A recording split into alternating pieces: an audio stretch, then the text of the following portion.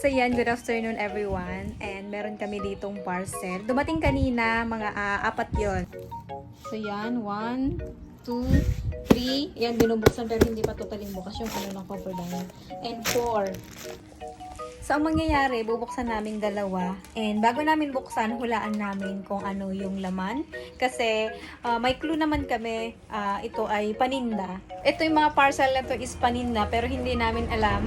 Hulaan namin kung ano nga ba yung bubuksan naming parcel. So, let's go! So, sa tingin mo, ano yung bubuksan mong parcel? School supply. School supply? O, sige. Buksan mo yan. Tingnan natin kung tama yung hula niyang school supply.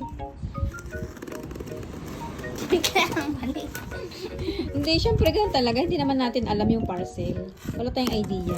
Pero about sa paninda pa din. Oh, tama naman About school supply. Oh, monggo. Sa'yo. So, may may... Ayan, tama yung hula mo. May tama ka naman. So, ito naman yung bubuksan ko. And sa tingin ko, ito ay bag. Yan. Tignan natin. Bubuksan ko na. Ayan, buksan na natin. Pero ito naman, asan yung slice mo? So, yeah! I'm right. I'm corrected by. Pero, so bag po talaga siya. So, ayan. Yan, pangalawang parcel. Anong hula mo dyan? Bag. Bag?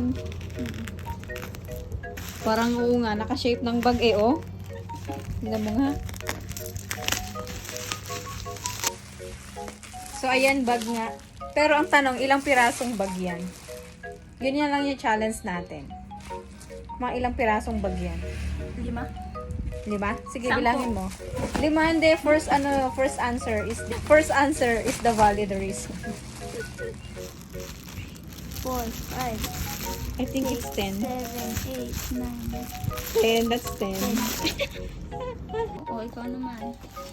So, sa tingin ko, ano to? Damit. Damit? Basta damit. Damit. Basta, yun. Hindi siya school supply, pero feeling ko damit. Let's see. That bag. Oh, it's a bag. I'm wrong.